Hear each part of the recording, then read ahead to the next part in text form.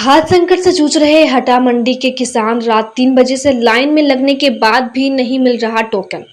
क्षेत्र के किसानों को इन दिनों खाद्य संकट और प्रशासनिक अव्यवस्था के दोहरे मार का सामना करना पड़ रहा है। बोनी यानी बुआई का महत्वपूर्ण समय शुरू हो चुका है, लेकिन हटा कृषि उपज मंडी स्थित खाद्य गोदाम पर टोकन लेने के लिए किसानों को रात 3 बजे से लंबी कतारों में खड़ा होना पड़ रहा है।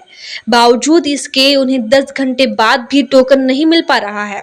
किसानों का आरोप है कि सुबह 10 बजे तक भी अधिकारी कर्मचारी टोकन वितरण शुरू नहीं करते हैं, जिससे उन्हें पूरी रात और सुबह लाइन में खड़े रहने के बावजूद खाली हाथ लौटना पड़ रहा है। इस बदतर हालात के कारण किसानों का सारा समय टोकन और खाद की व्यवस्था में निकल रहा है, जिसका सीधा असर उनकी खेती के काम पर पड़ रहा है।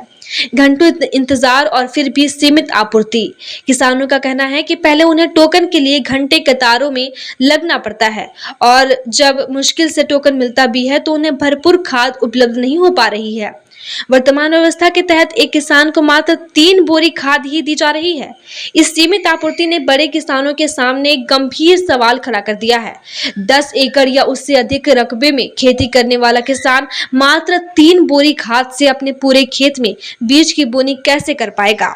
यह सवाल न केवल किसानों की चिंता बढ़ा रहा है, बल्कि कृषि विभाग की वितरण व्यवस्था पर भी सवालिया निशान लगाता है। बोनी की चिंता और अनिश्चित भविष्य।